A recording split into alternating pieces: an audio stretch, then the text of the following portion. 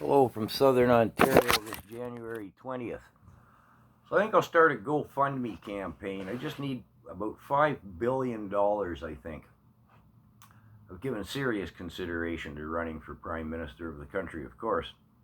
I need the $5 billion not for my campaign. Well, in essence, it's for my campaign. It's to buy out the media, the mainstream media.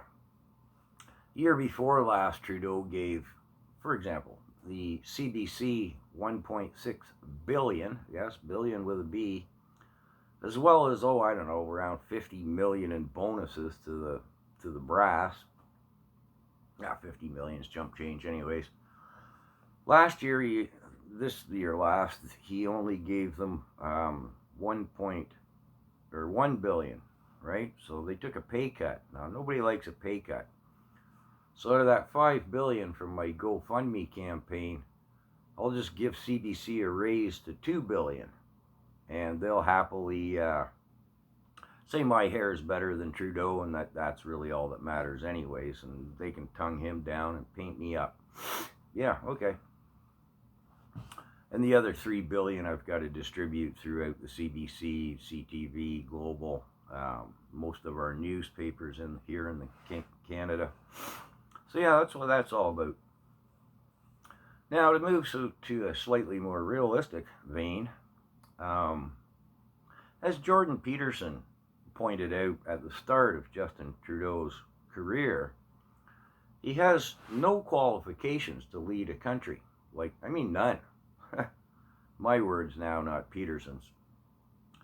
You look at his track record, so to speak. The closest thing he had to a job was a part-time drama instructor. Well, that lasted a half of one semester. So, for 2.5 months, he was a drama teacher. And we all know how that ended. Cost him $2.5 million to get out of that one. Non-disclosure agreement. Peterson's point was it was totally irresponsible for Trudeau to accept the position, because I guess a bit of background is necessary here. The Liberal Party was just on the ropes. The Conservatives had won, I believe, the previous 2, if not 3 elections. The Liberals were dead in the water as a party. So they thought a fresh, young-faced politician would be the answer. And it was, obviously. But again, Trudeau had nothing going for him except nice hair, the family name. And that was it. If some bizarre circumstance, they came along, aliens had snatched up Pierre Poilievre and nobody knows where he is, and they said, hey, we need you to be the face for the party. Highly unlikely, of course. I'd have to say, hey, look, I'm eminently more qualified than Trudeau.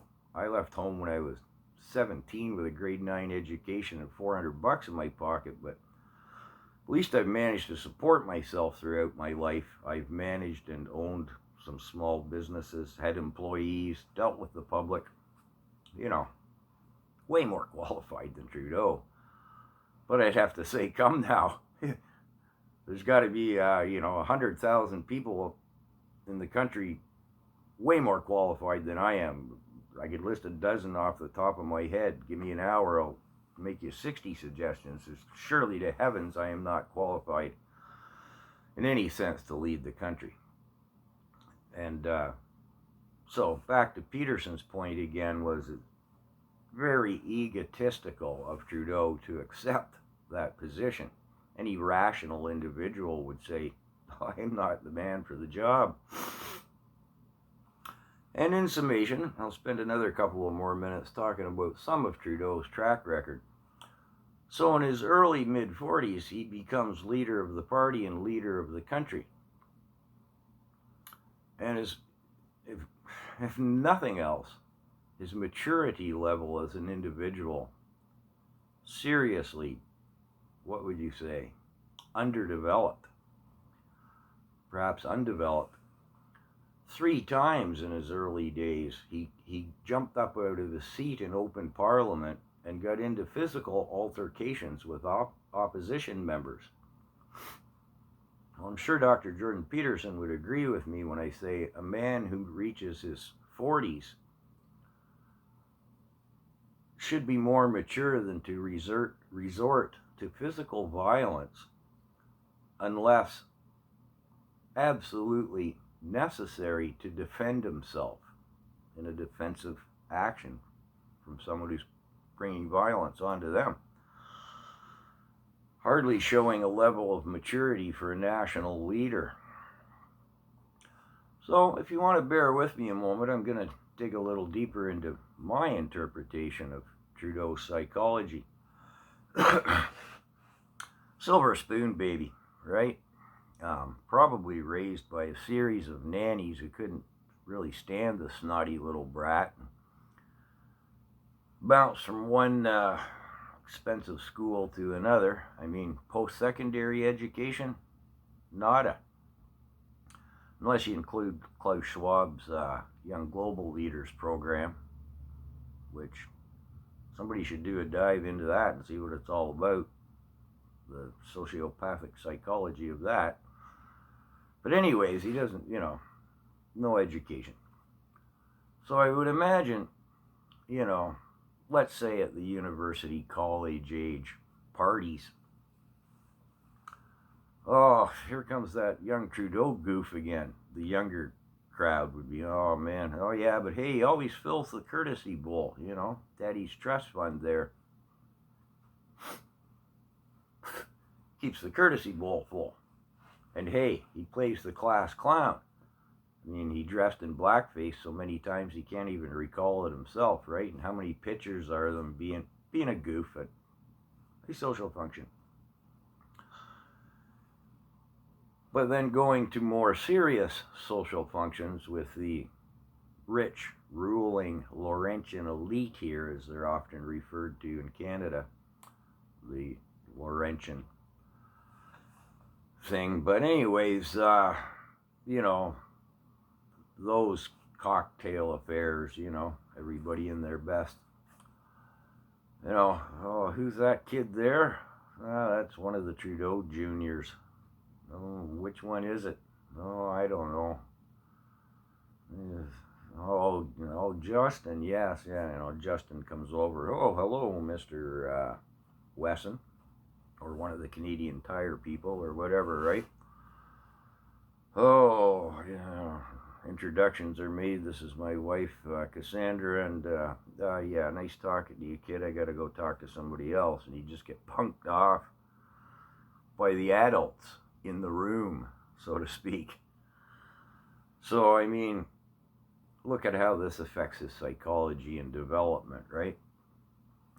And it extends into adulthood and his career as Prime Minister. For example, I remember a couple of years ago he was making a bid for a seat on the UN. For 6 months, he flitted around the world on our dime, handing out literally millions of dollars, trying to curry favor from some small, obscure countries who had a seat on the UN. And China, he gave them $500 million in one chunk. Excuse me. And then we got to the UN, when it came time to make his speech, everybody got up and left. There were three and a couple of janitors who sat there while he rambled on for an hour and a half to an empty room. And he was voted out in the first round. Once again, run along home there, little Jim, you're Trudeau, you're just a punk. And how many times have we seen him punked off on the global stage? Donald Trump, recently the leader of China, in the EU Parliament last year, where three bigwig globals, I'll just say, got up before he did and said, this tyrant doesn't even belong here. Then Trudeau got up and made his rambling speech about how disinformation is destroying democracy on a global level. Yeah, wherever he goes, he gets punked off. So that's the psychology of Trudeau, a spoiled little rich kid who was always, I mean, you know, think about it on a schoolyard, grade school level. There was always that kid who, if he didn't bring candy in his pockets for the other kids, he got a bloody nose because, oh, it's that Trudeau Jr. dork again. So, that's it for today. It's nice to have a ramble on the channel once in a while and have some fun. Take care.